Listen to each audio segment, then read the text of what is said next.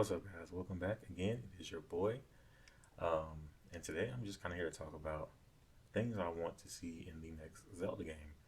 I know it's a little bit earlier to talk about Zelda than I normally would. I'm not really even excited yet for the next Zelda game. I'm just going to sit back and let them cook.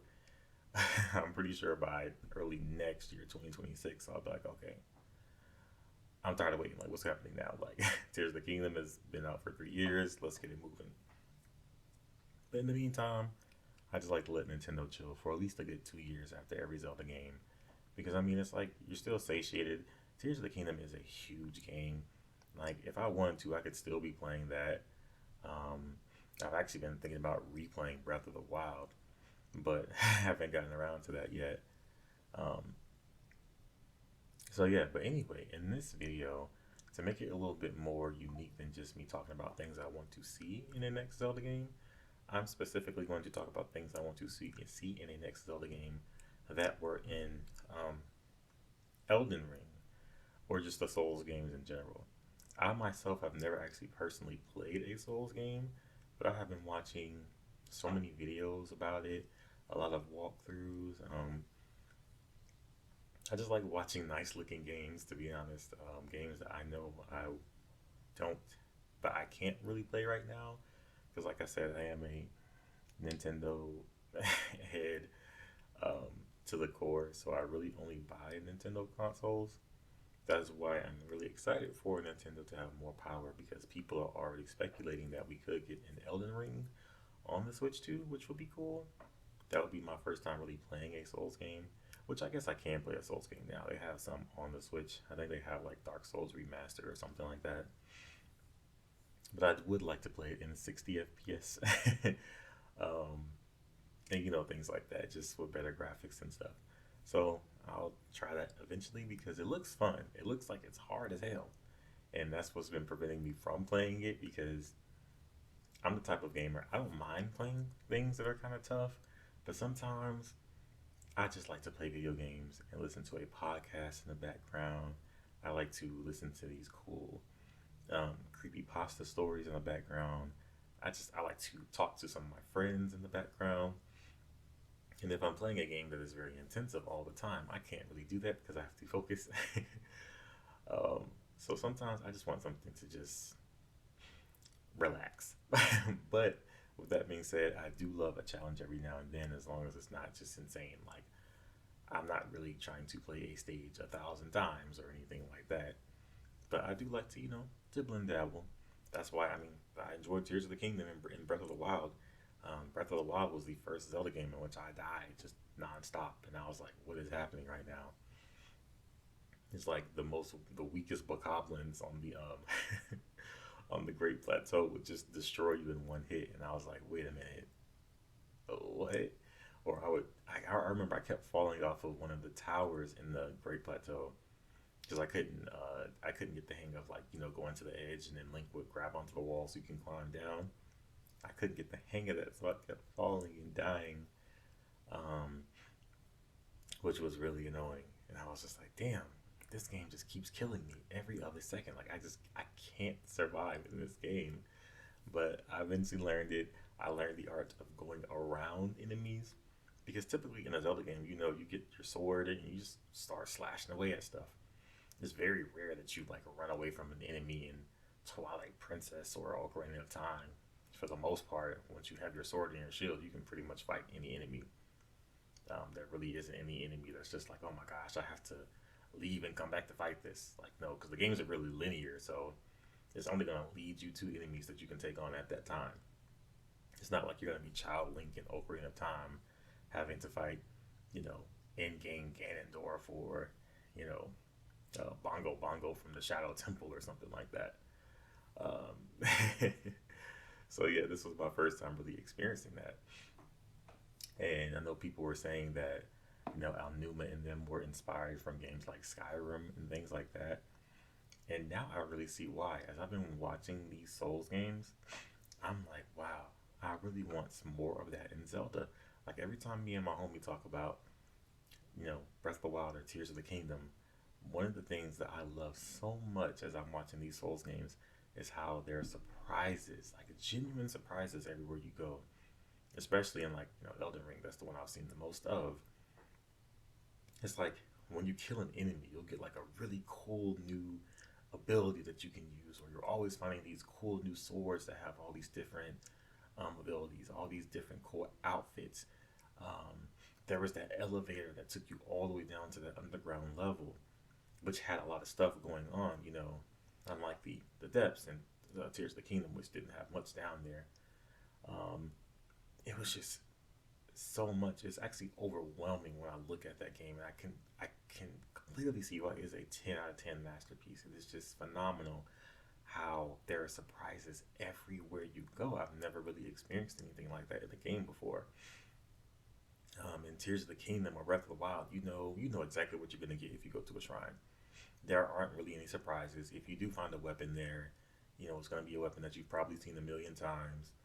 Um, and the only time I really got surprised was in Breath of the Wild when I first played it, because I remember going to this one shrine kind of early, and I got this really cool, I think it was like a long blade or something like that, a long sword, and I was like, wow, what the hell is this?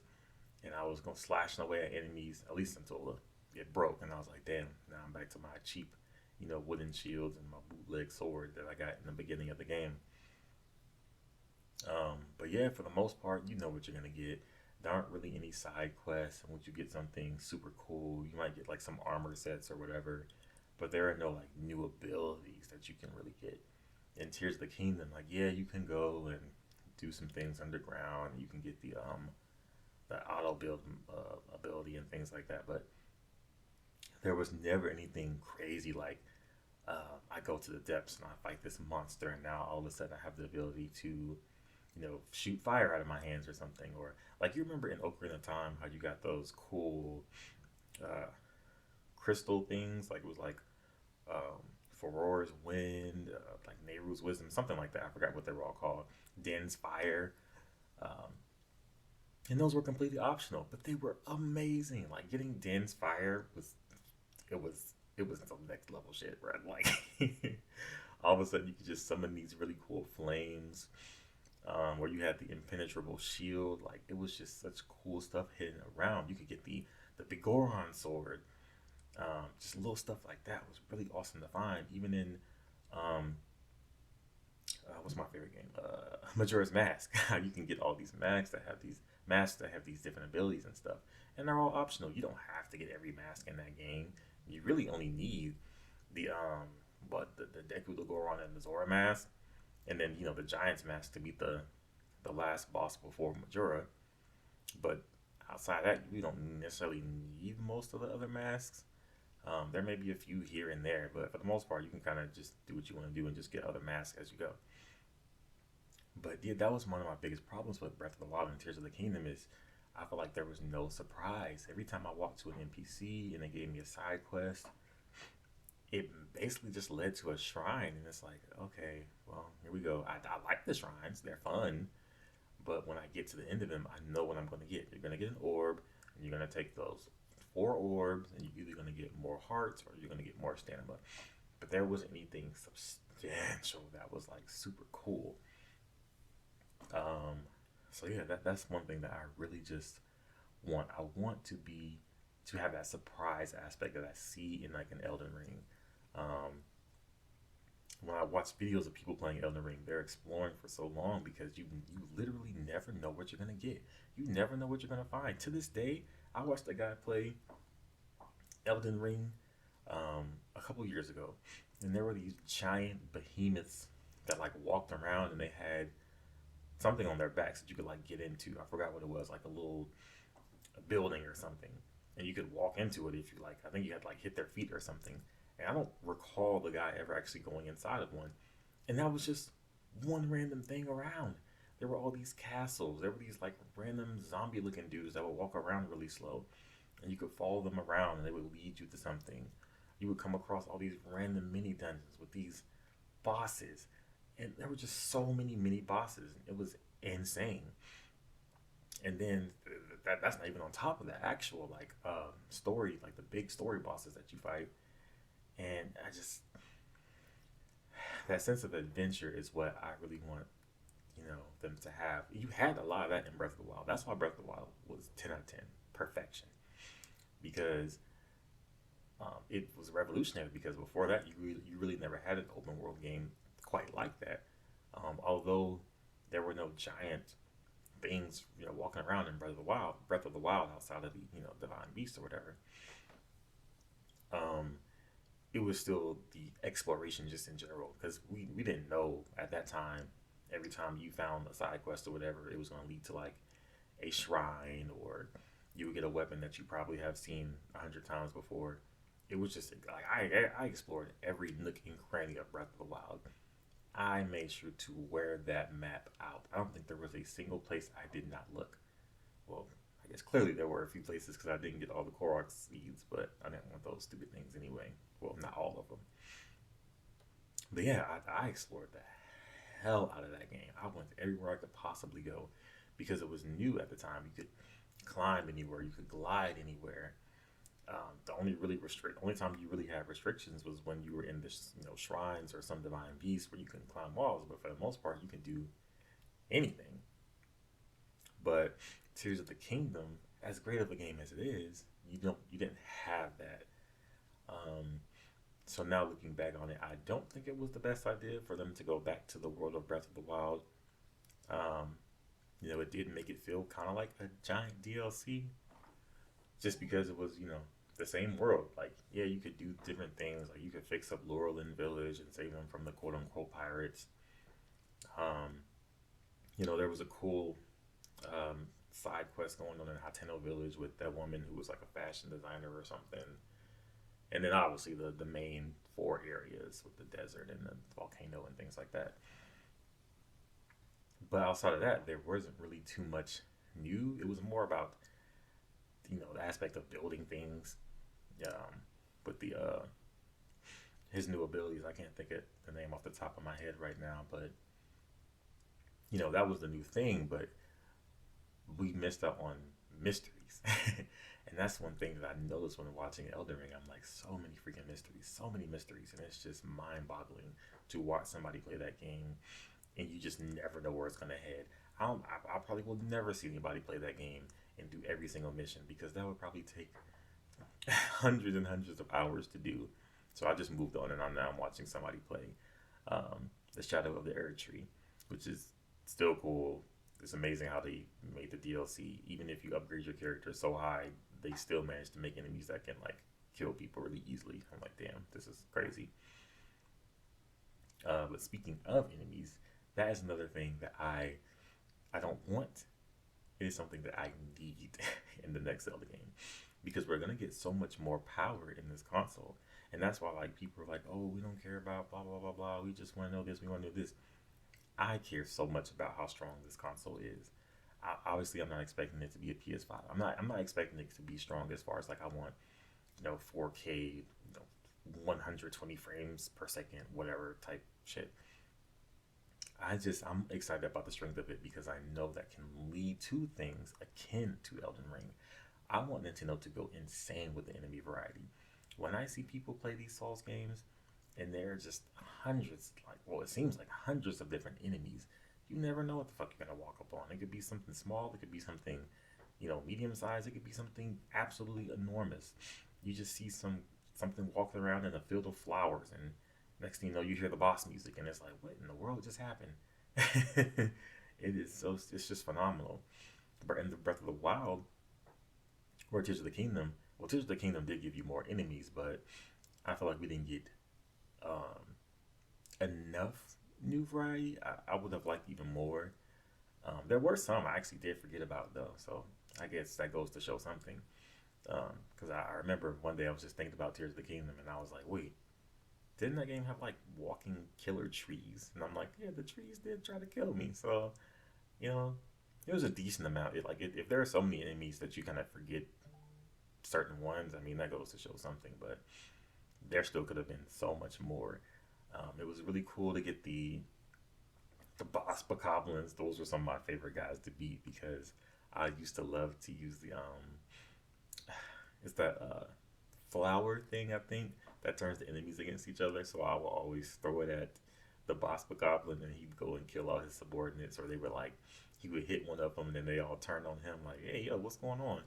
And they would start fighting them. That was just so fun. Um, the Gleox was a great addition.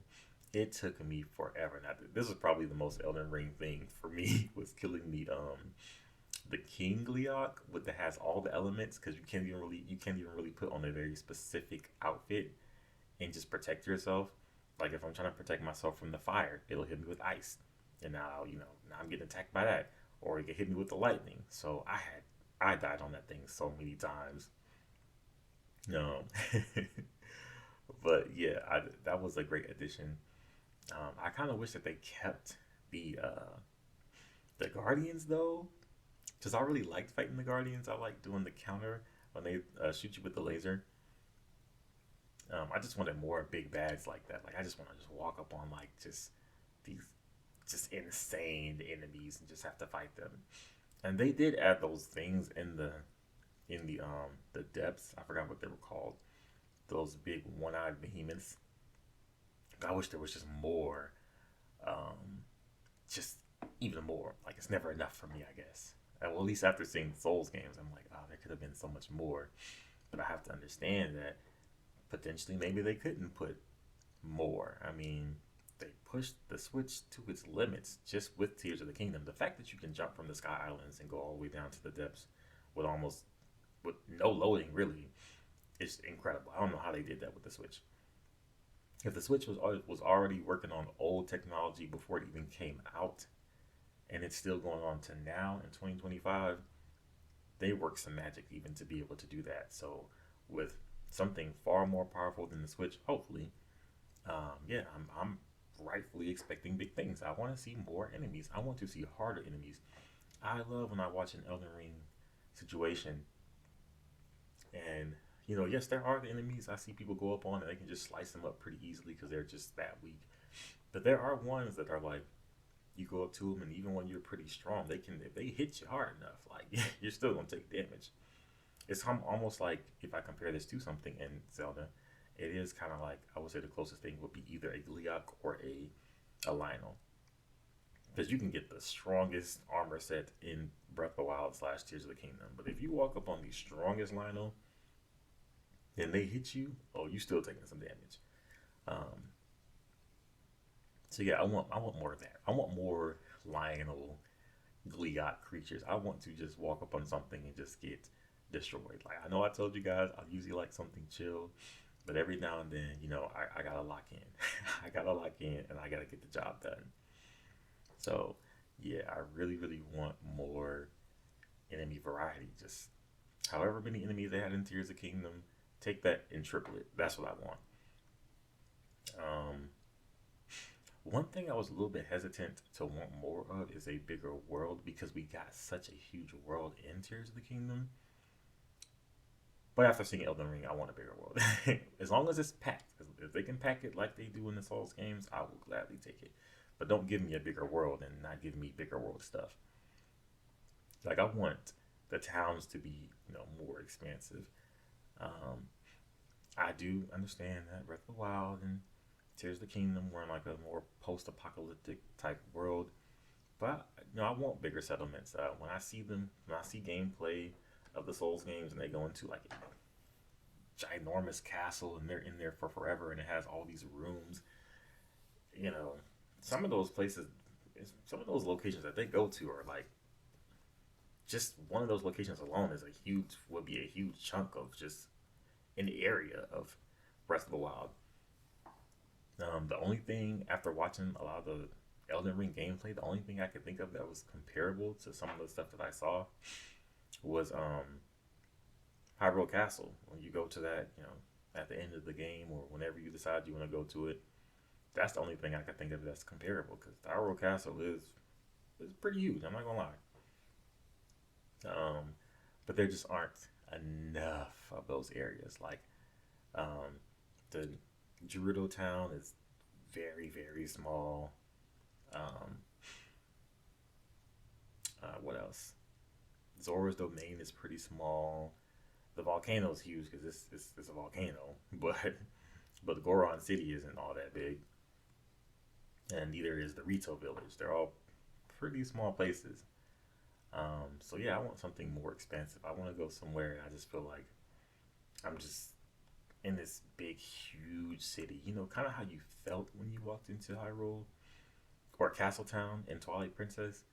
Obviously, if you go back and play it, it's not all that big, but it felt huge back in the day because you know everything was so tall. There were so many NPCs walking around. It just felt enormous. But take that feeling and just make it real. So yeah, I just want really big, expansive areas. I want to feel like I don't know. I just want every area to feel like how Castletown felt, packed with enemies. Don't forget the enemies, please. Don't forget the enemies. Um, as far as the story, I'm not gonna lie to y'all. I really don't even know what the hell's happening in Elden Ring for the most part. I just be watching. Like they talk to so many NPCs. Sometimes I can't tell what is like actual story stuff and what's just side quests because it doesn't really have like a lot of fancy cutscenes. Like you know, in a lot of games, when a big story thing is happening, it'll go to like a really big cutscene that lets you know, okay, you are continuing the story.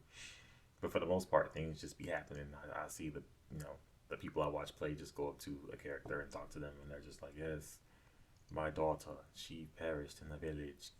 I don't know. Can you please go get this letter from her?" You know, that was a horrible accent, but you know, it'll be something like that. So a lot of times I can't tell. I don't even know how the people I watch play or even know how to you know where the big main bosses are. I'm just like, okay, cool. I assume they just walked up on the big boss because this looks like a big boss fight. Um, so yeah, but I just want more of just all that. I want more. Another thing I want more is weapon variety or just weapons that do cool stuff. After seeing so much Elden Ring and all the weapons that do these really cool things, I want more of that. Now we did have elemental weapons, but maybe it's not necessarily I want them to do more stuff, but maybe it's that I want them to have more flair and pizzazz.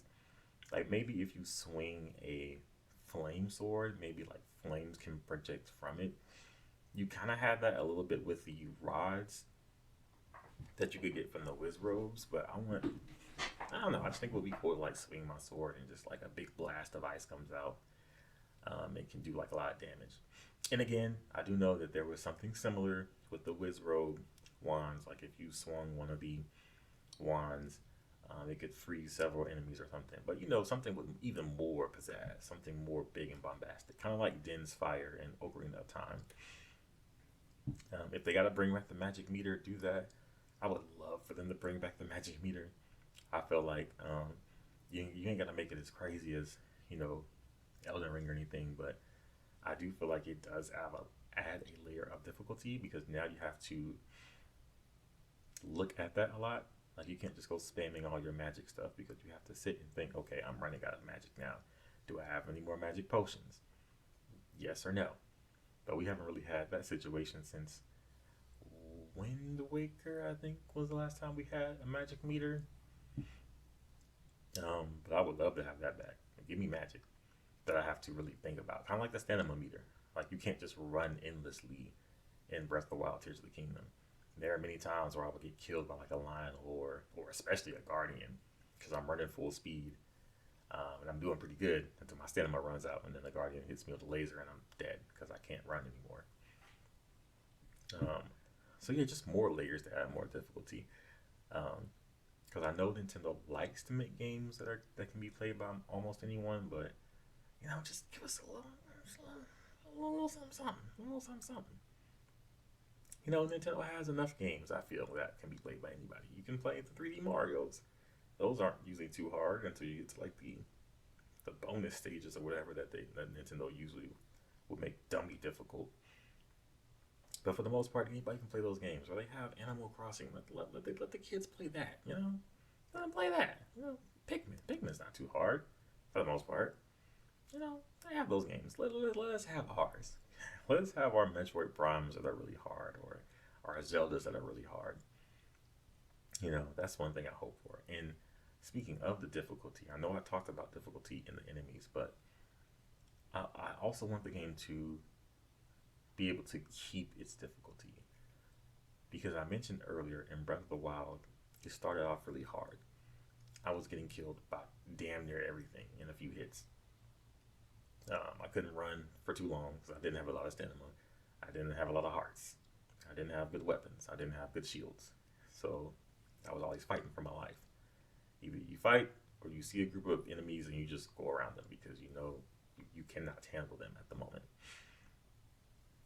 Um, but I want that to continue because the only problem with Breath of the Wild and Tears of the Kingdom is that after so many hours, after maybe like 20 hours or so, or I don't know, maybe 50 hours, however long it takes you personally, you can pretty much take on a lot of stuff. Um, it's not even just that your technique is getting good because you've seen a lot of enemies and you know how to dodge at the right time or whatever, but you've done a few, temples or divine beasts or whatever, and now you got stronger weapons and you got more hearts and you got more stamina. So not even the strongest enemies don't really seem all that bad. Like you can pretty much easily go to a guardian after a while and or a room full of guardians and have no fear. Just be like, oh, this will be fun, and just kind of kill them all pretty easily. So I want them to be able to keep that. I think they said in Breath of the Wild it kind of levels up as you beat like the divine beasts. Then the enemies will like slowly get stronger and stronger. Um, but yeah, I just want it to be hard the whole time. I want to go around and just keep getting killed.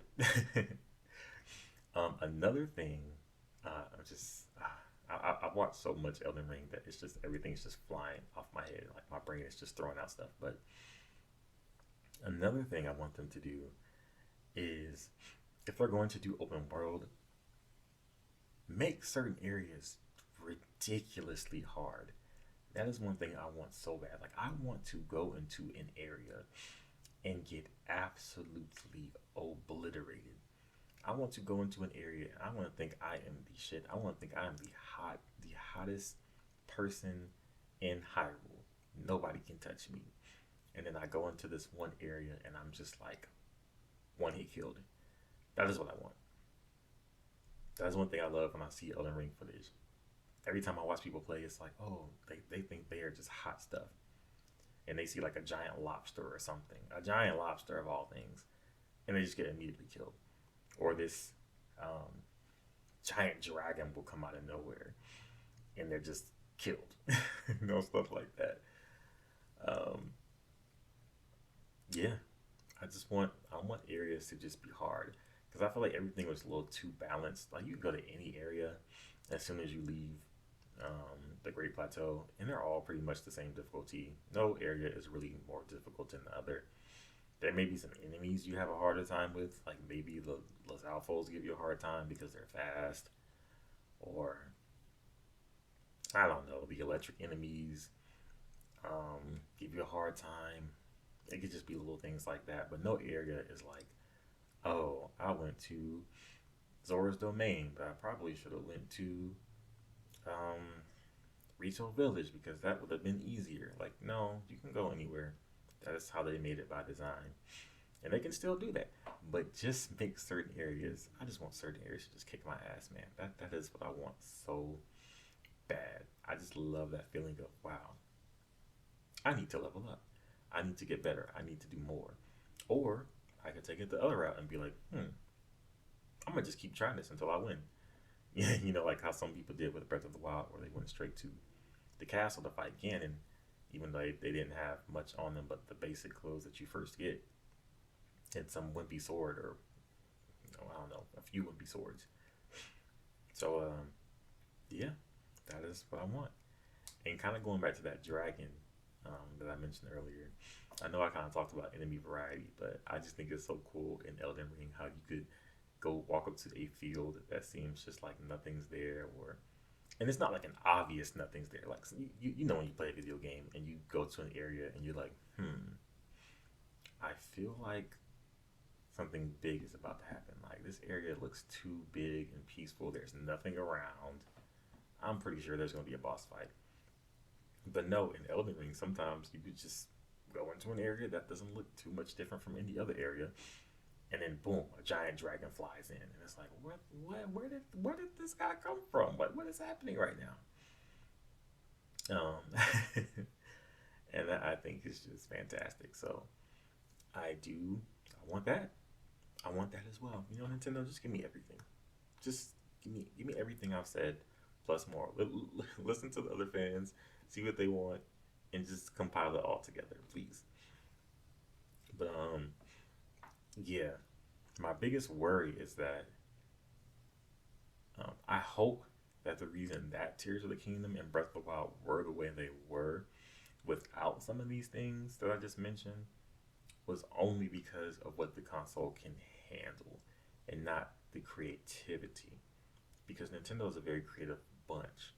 So, if you look at the some of the booklets that they released with Breath of the Wild, they came up with some really creepy looking character designs, some just insane looking odd creatures, enemies.